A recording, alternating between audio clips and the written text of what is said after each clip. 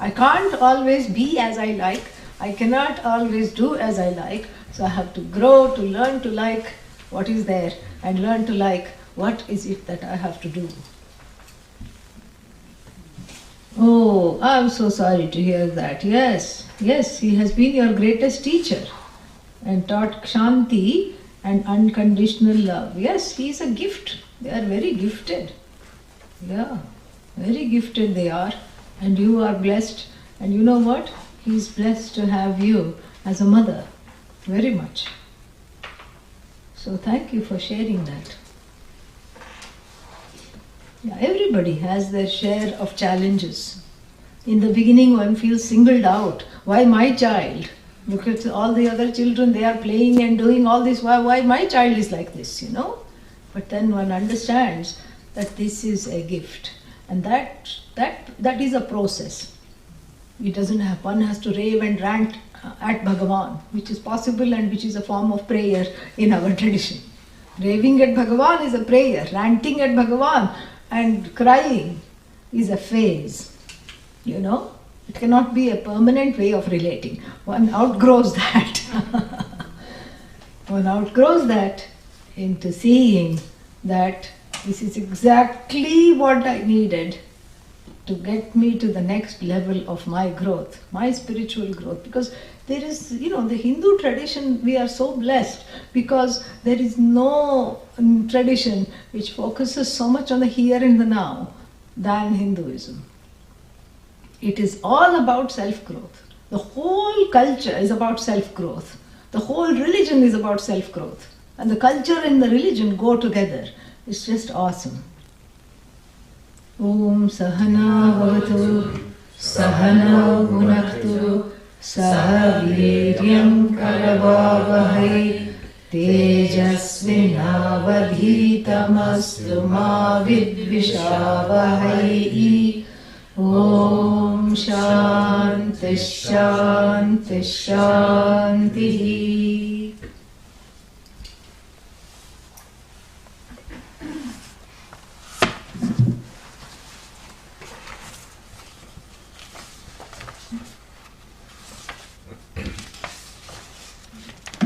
So, all the metaphors are finite because we are talking about the infinite, right?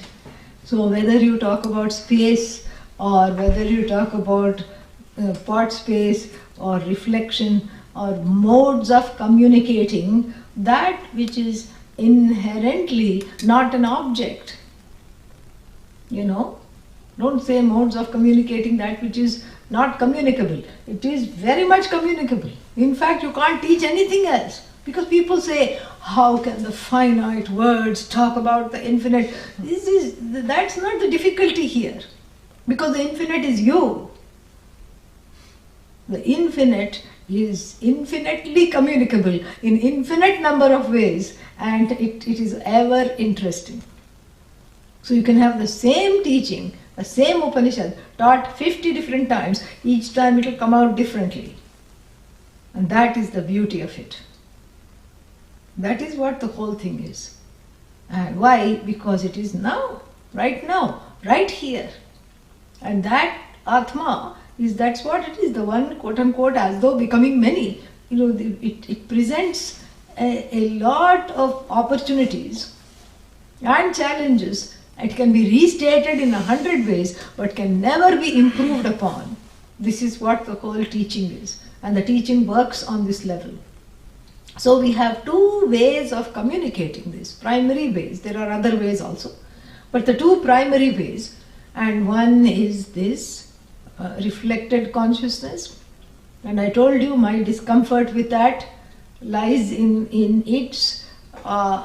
this example, making central the reflecting surface, which is not central at all, which is mithya. So if the sun is depending upon the water to be reflected, then the Atma, which is signified by the sun, is dependent upon the mind signified by the reflecting surface, the water. But it's the other way around. That's my problem with that first one. And the second one is also not without a problem, even though we say the theory of as though conditioned, Can Atma ever be trapped in a body? No. But we get away with it by saying that the Upadhi is Mithya. And so we have these two forms of communicating something that, that's not incommunicable, but that which has not happened. That is the frustration. So the one becoming, how did the one become many? And patiently every Vedanta teacher has to say, the one did not become many. But then how did the one become many? The one did not become many. Then what is this Jala Chandravatu and Ghatakasha and Patakasha and all these things? It's all as though. Then why are we talking about this? Because you are asking the question, how the one became the many, okay? If you didn't ask this question, the Upanishad would not dwell on this. Because the Upanishad is just addressing the manifestations of one's ignorance. The Upanishad is going along with the ignorance of the jiva, and the ignorance of the jiva makes the one is influenced by Maya, and in the grip of the avarana Shakti of Maya, one sees many and takes the many to be real. Therefore, we have to now have a retroactive accounting process of how this one has become many when it hasn't. It's like already this manifest universe we have been, telling. We have been telling in every Upanishad has been telling that the manifest universe is a non-reality. No, but it is mithya. What is mithya? Mithya is a non-reality. It is as though reality, it is dependent on Satyam. It has an iffy existence. No, but at least it is iffy. Exactly. Yeah. Iffy means what? You cannot say it exists. You cannot say it does not exist. What kind of an existence is this that can neither be confirmed nor be denied? And the longer I stay with this existence, the harder it is to go beyond it and to see that there is no Jagat that is separate from Bhagavan.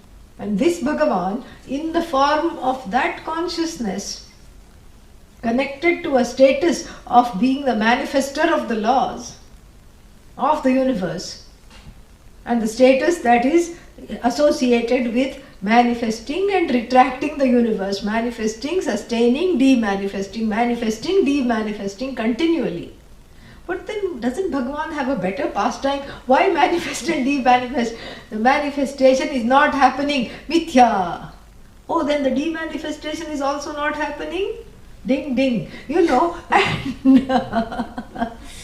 So this manifestation, demanifestation is itself a big spoof. All the yugas, spoof. Kali Yuga, oh, difficult time, spoof.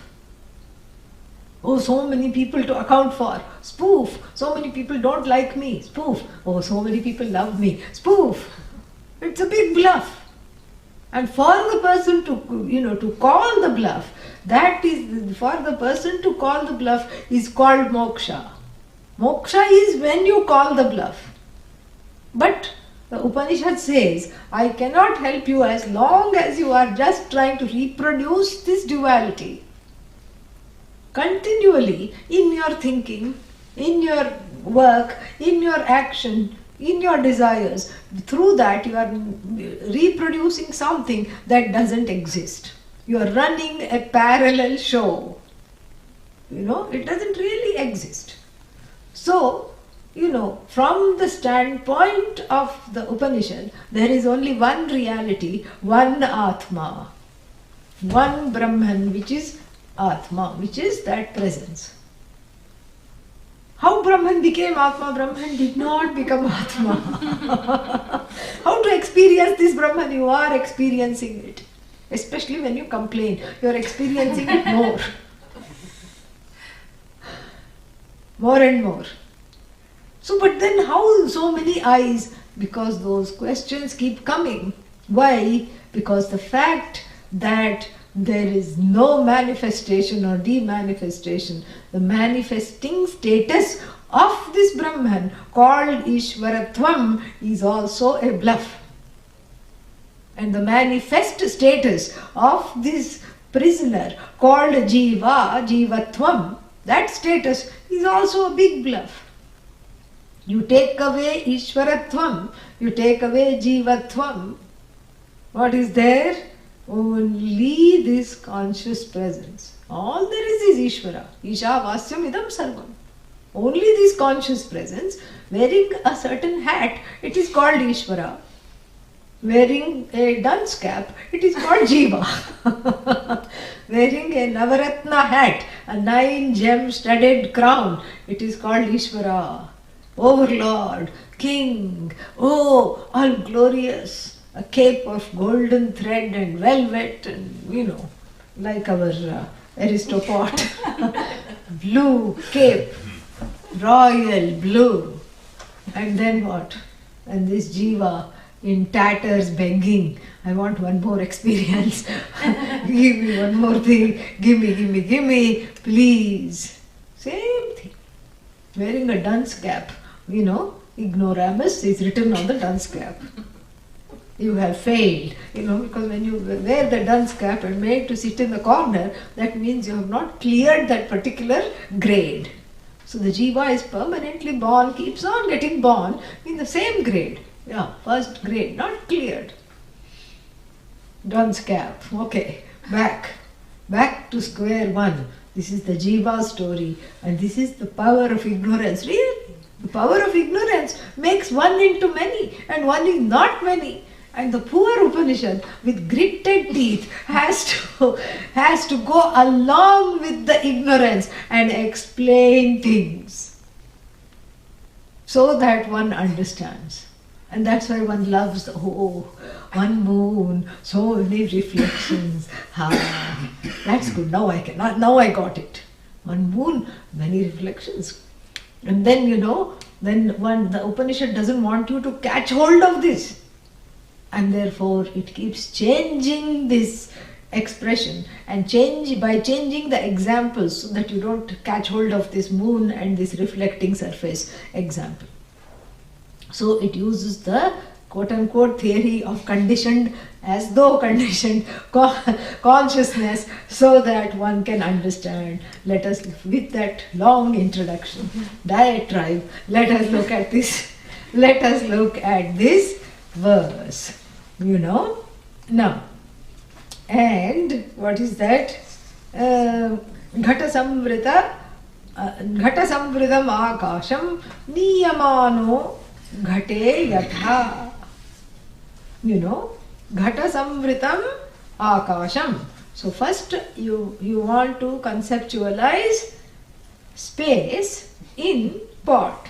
I have purposely chosen aristopot. And my question is the space in the aristopot called aristospace? Is the space also wearing some kind of a blue thing? And is the space also wearing some kind of a crown? Is it aristospace? Of course not. How can it be aristospace? It is not aristospace. So, ghate niyamane, when the niyamane ghate, and when the pot is moved, niyamane, ni to lead, okay, so the pot doesn't move by itself, so is moved, is led. So the pot is led, it's going on a little journey. My fingers are its palanquin, and the aristopot is going on the journey. Raja, Dhiraja, Maharaja, Padhar Rahe Hai. We hear the royal so and so, 108 Shri, so and so is coming. All the citizens, please line up and say Namaste. So the pot is being led. Which pot? Aristopot. Yes. Aristopot is being led. Niyamane ghate. Now my question is the space inside the pot also being led? Really, be truthful. You really feel like saying yes. Don't get all Vedantin on me. Yeah. The first answer is, of course, it is being led. Because where is the space? Is in the aristopod. So if wherever yatra yatra aristopod gacchati, tatra aristo akashah eva gacchati. So yatra yatra aristopod, there aristospace, naturally they go together. It's not like before you gave this example of the king in the palanquin, you didn't go like this and shake out the space and then empty the pot of the space. In fact, you can't do that. Okay, so therefore, pot and space are together. Wherever pot goes, space goes. Wherever pot goes, space goes. Yatra yatra pot, tatra space. That is what the logic is telling. Admit it. Yeah. That is why logic is not a good means of knowledge for understanding the truth of the self. Because it is faulty here. The logic is faulty because really speaking, I am asking the same question that was asked before. Is pot in space or space is in pot? And then when we take the moving pot, this becomes even more exciting. Is the pot moving in space or is the space moving with the pot? What is moving and what is stationary? You decide. Until then, I will keep moving this. Please pot, please stop, I'm getting dizzy. All right. Yeah. Space is not moving in the pot. In fact, space means that which accommodates, correct? Avakasha pradata, akasha pradata, giver. Giver of what? Avakasha. Avakasha means what? Space. Giver of space. That which allows everything to be within it. Both chara and achara. Moving and non-moving, it is accommodating. It doesn't tell the moving things, you go that side. Only the non-moving I accommodate. No. Even the moving things, things that move on their own, things that need to be goaded like cattle, etc., buffaloes, and things that need a motor to move, car, etc., horse or horsepower, things that need, all the things that move are accommodated in non-moving space. In fact, because of that presence of the non-moving space, you can witness movement. If space were also moving along with the pot, you would keep rubbing your eyes because you would not know what is moving. Correct? You would not see the motion. So therefore, this is, only aristopod moves. Neither there is aristospace, nor does the space move. That is the idea here. Let us look at the verse itself. So, niyamane, niyamanah ghataha, ghate niyamane. When there is a mistake here in verse number 13. It's not niyamano, niyamane. Absolute locative construction. So, niyamane ghate. When the pot is moved, ghataha niyeta. What is moved? What is led is the pot. Na akasham, not the space. Not the space. This is the drishtanta. Very beautiful and very unique drishtanta. I have looked at a number of Upanishads. I have not found this particular analogy anywhere. It is unique to this Upanishad. I have not encountered this particular analogy of, we have encountered ghatakasha, pot space, but this going in space, the pot moving in space analogy, we are encountering very happily for the first time. Very beautiful analogy. So this is the Drishtanta. What is the Darshtanta? What is the meaning of Darshtanta? First of all, that which is the exemplified. So what is that which is exemplified? What is pot, first of all, in the example? What does the pot constitute? Huh? What does the pot constitute? Yes, the pot constitutes the body, mind, sense complex. Correct? Yeah. The pot constitutes the body, mind, sense complex. And what does the space constitute? Consciousness. Very good. So the space is consciousness, which is as though conditioned by this pot. The pot is, in place of the pot, you replace it with the body-mind complex. So the body-mind complex, and then what? The body-mind complex, which as though houses consciousness, Atma, Ishvara. And that changes. So many pots, so many bodies, so many minds, small pot, big pot, belly pot, Yeah. So many minds, so many bodies, brass pot, gold pot, mud pot. And what else? Plastic pot, paper pot. And unfortunately, the Cambodian dictator was also named Pot, Pol Pot. Plastic pot, Pol Pot, Yeah. And so many pots, bad pot, good pot. Pol Pot was a bad pot, right? Yeah. And only one space. In fact, you cannot say only one space. That also has to be, that statement has to be washed out. And the mouth that says that also has to be washed out after saying that, gargled and cleaned out, because only space, not only one space.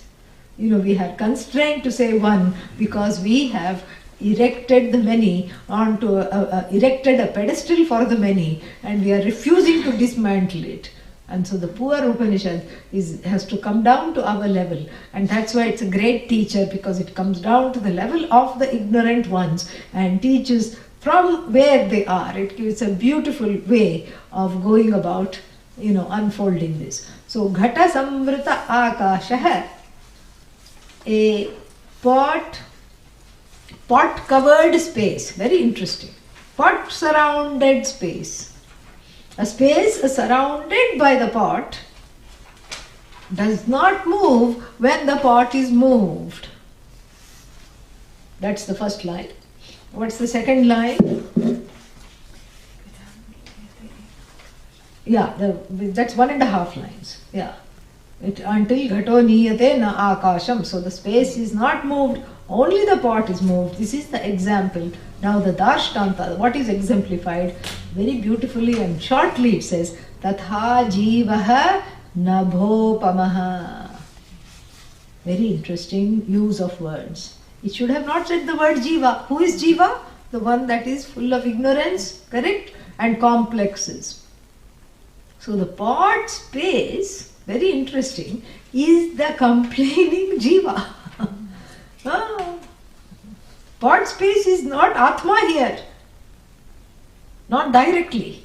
Pot space is the complaining jiva, because I think I am moving and I am not moving.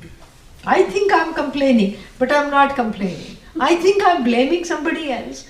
I am not blaming somebody else. I think I am blaming myself. I am not blaming myself. Purposely the word jiva rather than Atma is used.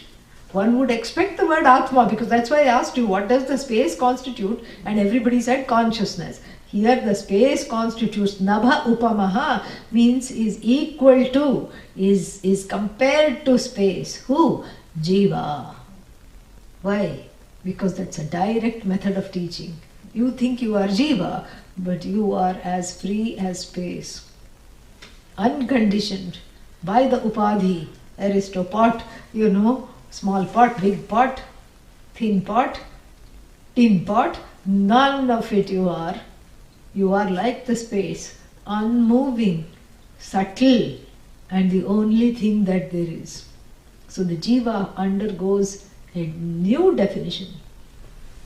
Before it was what? Atma plus ignorance. Here, Jiva is, that ignorance is also shaken away. How?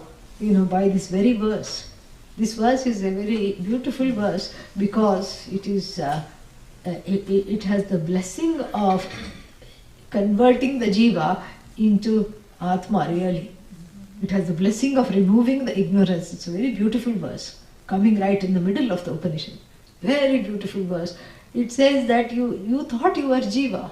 I'm also going to use the word Jiva. But look, you are like the space. Body moves, mind moves. Mind has to move, otherwise, problems happen. If it's an unmoving mind, there are severe problems that come up. So mind moves, body moves. You are as free and unmoving like space.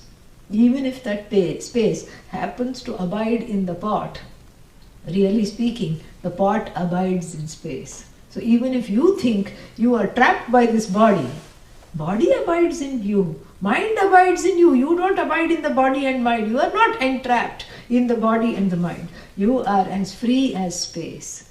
And the space example is wonderful because if you try to throw some mud at space, it doesn't stick.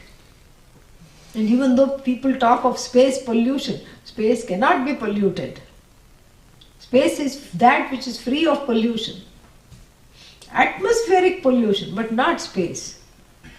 Space is free of pollution. And space is free of, so many things. Anything sticking to it.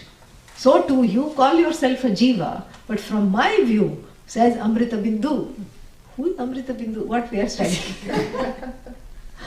Amrtabindu says, from my standpoint, you are as free as space, as pure as space. No raga, no dvesha, no jivatvam. You are free. Even though you are calling yourself Jiva, and I am obliging here, you are free of that very jivatvam.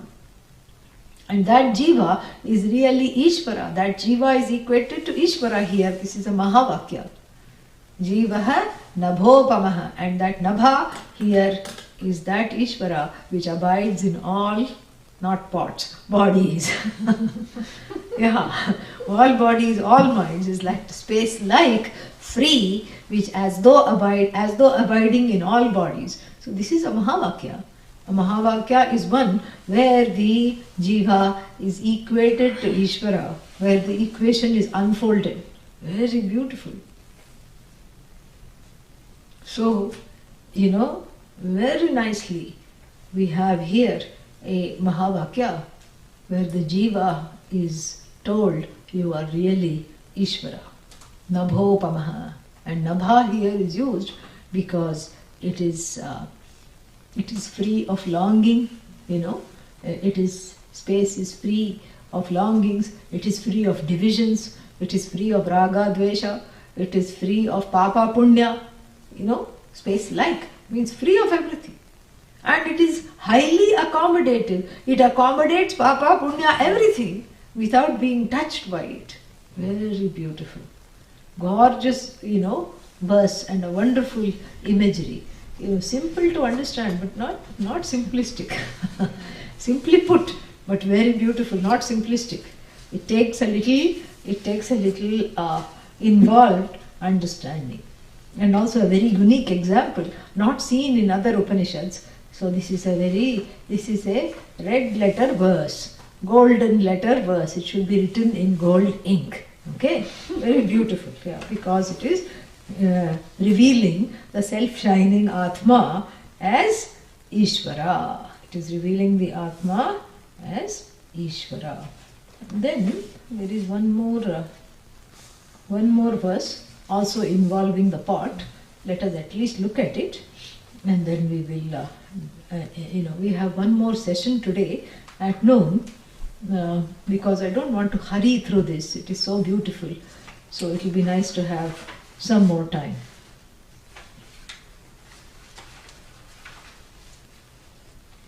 Ghatavadvividhakaram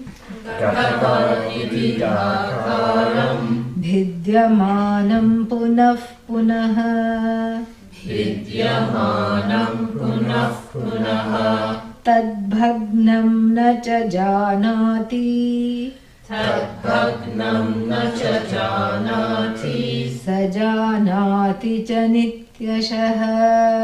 sajanati cha nityashah.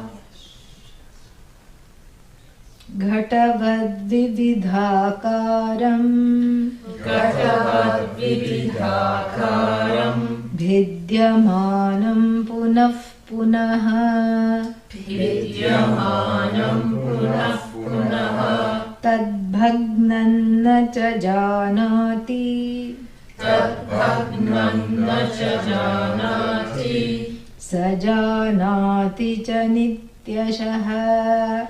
sajanati cha nityashah. Yeah, beautiful. Another, just a golden lettered, mantra. Ghatavat, like even the pot. Vividhakaram, the various forms. Vidyamanam, vividhakaram, the various forms continuing to break and take form. Punah punaha, repeatedly, again and again. Tad bhagnam, the breaking of this, na janati, the pot doesn't know. Sa janati, nityashaha. Nityashaha means all the time. Sa janati, and who is this sa? We will see. Saha. Only he knows. Very beautiful. So, this is an example of a pot breaking. We do that here constantly, No sooner than a pot comes into this classroom, it is destined to break, and very quickly. And then it is cracked pot, and then it is, seamed together, like here. And where is that? Yeah, here you can see the seams. You see cracked pot here? Yeah, you can see the seams. There also you can see the seams. And so, that is the life of a pot in the Vedanta classroom. It's rough. What can you tell? It's not easy to be a teaching pot. You have to keep breaking again and again, and then you are put together and then you get the epithet, cracked pot. Not very nice, correct? So, but that's not the example here. The example here is not of a made pot that has been put in the kiln and then broken, correct? This is of a pot in the process of its making. When you see the potter at the wheel, nowadays they have all these electric things. Before you had to go like this with a hand, and then you had to shape, you have to throw the, not the pot, you throw the lump of clay on the wheel, and then you put your thumbs inside and your fingers outside, and magically a shape appears. It's not as easy as it looks. Hint, hint. Okay? Yeah. If you were to do that, something would appear. It will look more like an envelope rather than a pot. Because all misshapen, like the map of India, And but when a potter does it, it comes out beautifully. Broad at the bottom, narrowing at the top, and then a little bit fluting out again. Wow, what a lovely shape. The potter says, I made that last pot was also just like this, come on, again. And sometimes the pot is taken out. You have to be very gentle when you take it out, and also all the sides have to be of equal thinness, and then you harvest the pot from the wheel and you put it aside to dry before you put it in the kiln. And while it is drying, let us say it develops some cracks or it doesn't look very good, again mixed with water, thrown back into the wheel. And and these kinds of pots are made with a leftover clay after making many pots, because they really don't have much use other than situations like this, So, but even this pot has use, very high use, yeah. Spiritual pot, yeah, spirit pot. Not pot containing spirit. Yeah.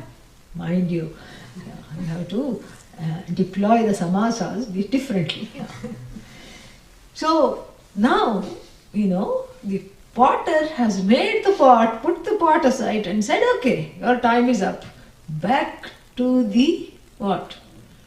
Wheel. Back to the wheel, and then another fashioning is done.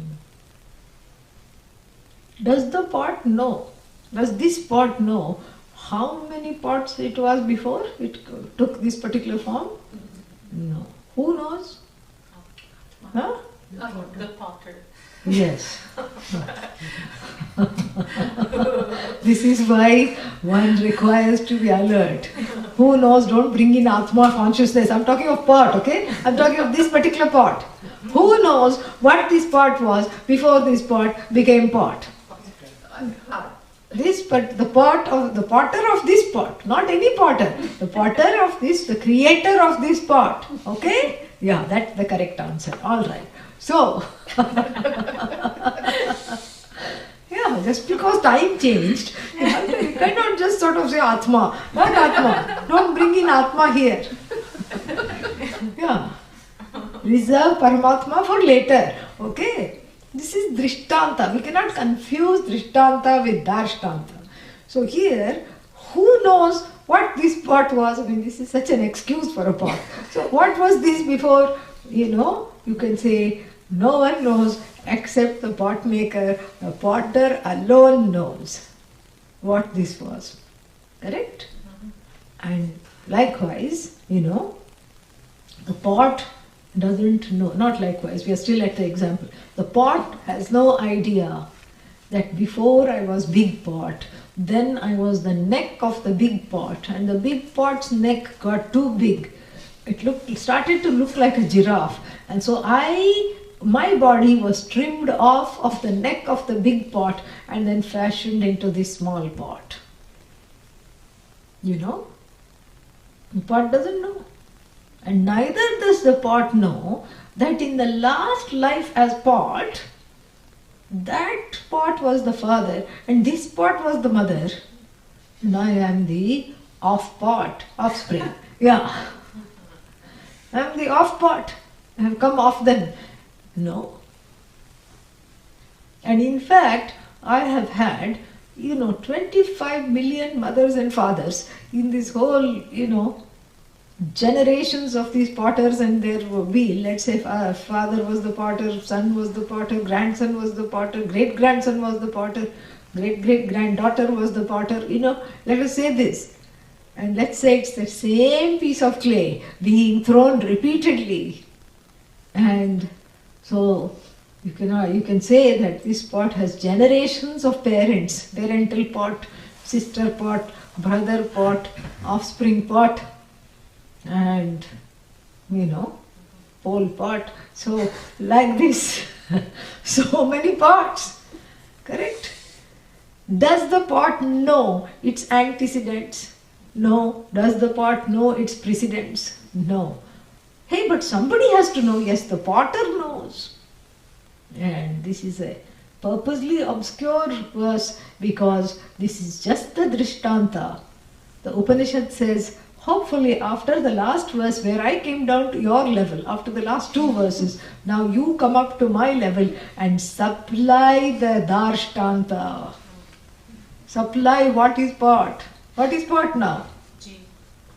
Body, mind, upadhi. Correct? Upadhi occupied by the complaining jiva. Upadhi, Jiva's upadhi. Of course, it does, but wait a minute. Jiva's upadhi means, does it contain the jiva or not? Of course it does. As though. But that jiva is really not a jiva. But here, this jiva upahita chaitanyam. So the chaitanya that's as though conditioned by being the complainer, that has identified with the ignorance, namely jiva. So this body, mind, sense complex, along with the complaints, is recast again and again. On the wheel here is time. Yeah, keeps going. So beautiful. Look at this example. The wheel is time that never stops. Round and round it goes.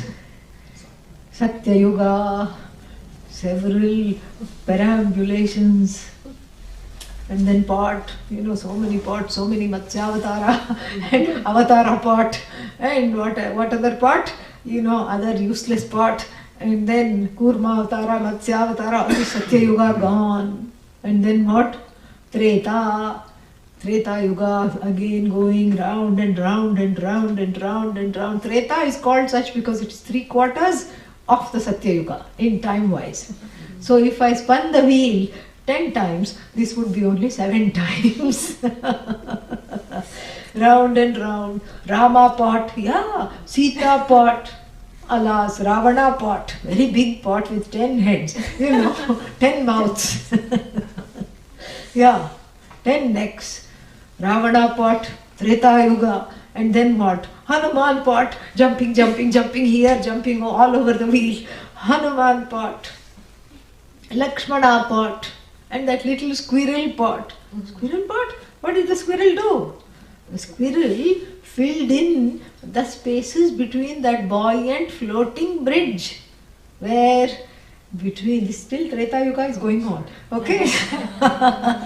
Between, Rameshwaram and Jaffna, that is that bridge called Rama Setu. And the squirrel thought it's a useless pot, and like this, it's a crack pot, and of what use I am, I'm picked up, nobody loves me, but I want to serve Rama pot. And how do I serve Rama pot? I take little pebbles and fill in the blanks. And Rama, it's a squirrel, it's a chipmunk. And Rama is so pleased, because of which it cemented these floating blocks together.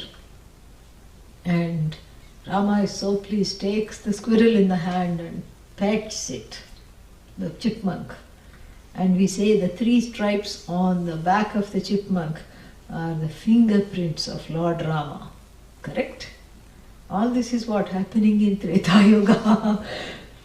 Wheel is time keeps moving, time doesn't stop, time is there, and on the time are being thrown all kinds of pots, and right pots, wrong pots, dharmic pots, adharmic pots, big pots, small pots, and now we are in Dwapara Yuga, Krishna pot, Krishna pot, Arjuna pot, and then what? Of course, let's not forget, blind pot, Dhritarashtra pot, cannot see, and then Duryodhana pot, horrible, Dushasana pot, keeps on wanting to disrobe Draupadi, Dushasana pot, and Gandhari, stupid pot, instead of being the eyes and ears of the husband, she becomes the thing, she becomes blind too, and she chooses to be blind rather than see what is happening.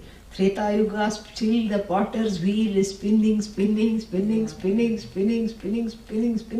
Draupadi pot, Bhima pot, big pot, it's a lot pot, and he was not fat, he was just big, okay? His name is Vrikodara. Vrikodara means the one who is as lean as a wolf, because the wolf has a concave tummy, not convex, So it is that kind of a tummy, and so he just had high metabolism. That's all it was. Bhima was not fat. So Bhima pot, big, he was big but not fat. So Bhima pot, then what else? What else is there in Treta Yuga?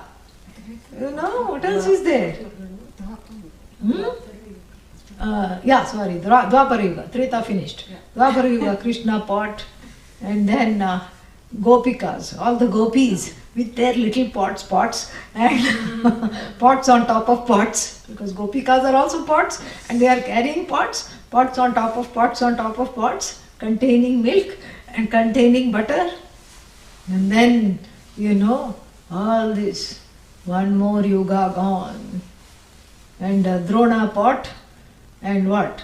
Karna pot, discontented pot, yes, unacknowledged pot, crack pot, yes, goes to the wrong side. And all this, Bhishma pot, everyone. And then Dwapara Yuga winding down. Now our favorite yuga has come. Kali Yoga,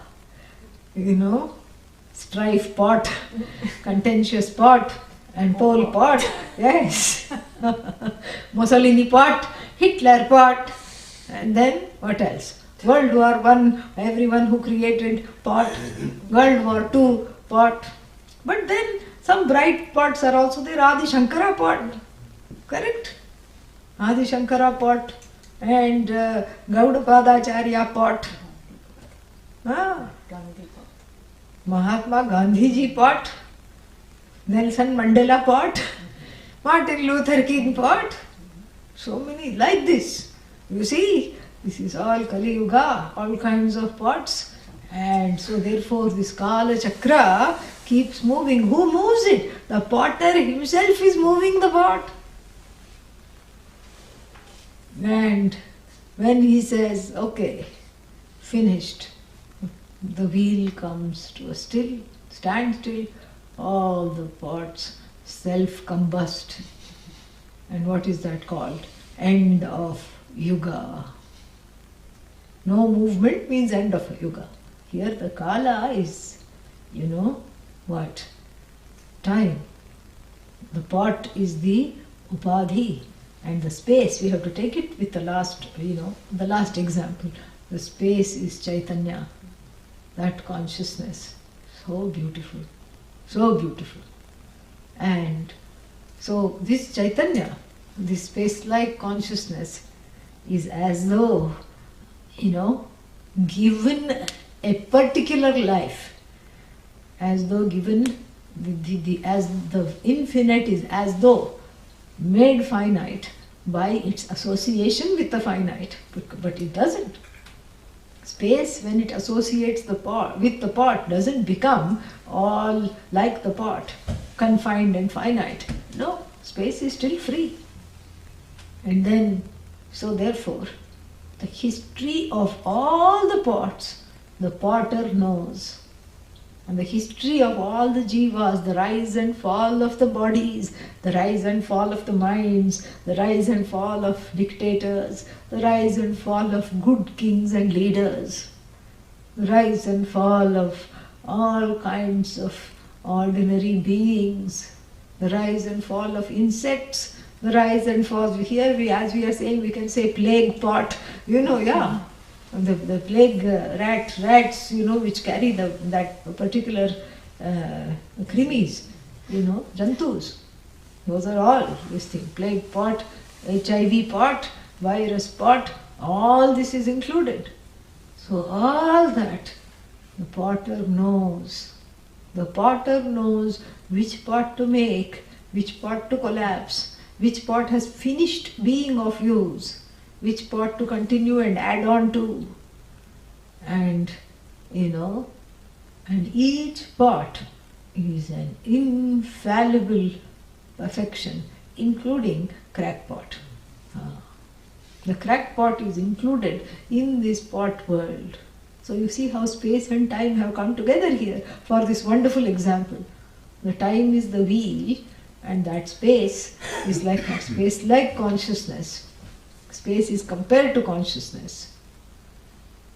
And the only one person that is not affected by the constraints of this time is one who revolves the time, wheel of time, is untouched by time. And space here is called Chaitanya, consciousness. And now, one more thing we have to bring in. The body in space, correct? Not the space in body. The body, the part which exists in space is the jiva, so to speak. And so the space becomes an upadhi here. And therefore, the pot continues to be ignorant. The pot doesn't know. I was an aristopot before, now I am servant pot. First I was flower pot, now I am water pot. It doesn't know. It just keeps, surrendering itself in the form of, into the hands of the maker who needs it into new shapes and new forms. The pot itself is ignorant of what? That it is clay. That it is clay. It is not it is not a particular pot. It is clay. So here, clay, perhaps we can say, is that consciousness that is fashioned as though into a pot. And it's particularly deliberately left vague, not vague, it's deliberately left obscure, so that we can look at the various options and meanings that present themselves. Deliberately left obscure. And it's a beautiful verse because the highlight is what? The potter. Yeah. So the body is just a material, the body is matter. And this matter, the raw material, is handled by that potter, who is Ishvara. And the body is the raw material. The 5 elements are the clay. The body, see, different meanings are there. We are going to see it little by little. First we'll take it like this. The 5 elements are the clay with which the bodies are fashioned. What is not fashioned is consciousness, which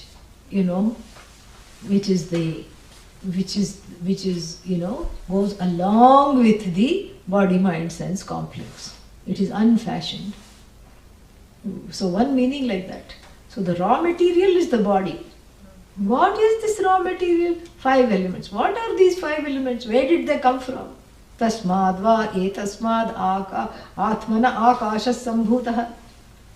The 5 elements are, coming from where? Atma. But did they really come from Atma? No. They as though came from Atma. Because we believe in the 5 elements, we have to give an explanation that they are non-separate from Atma. Come means non-separate manifestation of that Atma, that consciousness, which is what? Brahman, which is what? Ishvara. So the 5 elements came from Ishvara. So the raw material is in Ishvara's hands, so to speak. And what is this raw material? Other than himself, nothing. Nothing. Nothing other than oneself. So the raw material is also Ishvara, Ishvari, and the, and that consciousness is also Ishvara. So that's why we have to bring in the creative force here. So we find that the potter is a happily married couple. Yeah. There are actually as though 2, because there is a slight change, as though change, that this vast consciousness undergoes in order to become the raw material, in order to become this universe. So really speaking, the raw material is non-separate from the maker. But from the standpoint of our own ignorance, we say raw material is she and the maker is he. So maker means the intelligence behind the infallible fashioning of the orders of the universe is coded as he, and the creative power is she, because she is always associated with creation. So here we have a wonderful analogy of the raw material being non-separate from the maker, unlike the pot. This is a viparita drishtanta. It's opposite analogy, opposite to what the analogy is. Unlike the potter who is separate from the pot, here Ishvara is throwing himself, herself on the wheel, as it were, and refashioning, rebranding. Ishvara rebranded is called Jiva. This is what it is. It's just on the level of the epithet, the naming is the change is seen. So here this repeated punah punah, that is what 2 things are important. This punah punah, this keeping on happening repeatedly, this frequent occurrence of these incarnations, the alarming frequency with which the incarnations are taking place. Why? Because of the force of the desires. The longings is what is shaping the pot. Correct? And the pot means here body, mind, sense complex. And then the repeated incarnations, one thing to take away from, and the other thing to take away from this verse, two points of note. One is the repeatedness, the frequency of the incarnation. And the second thing is the ignorance that continues through the incarnation of its own nature, or why it is keeping on being born. It doesn't even know that it's keeping on being born because of Maya. It is surrounded by Maya, it is crafted by Maya. So potter and potteress, both are at work. Yes, she is he is she. They help, together.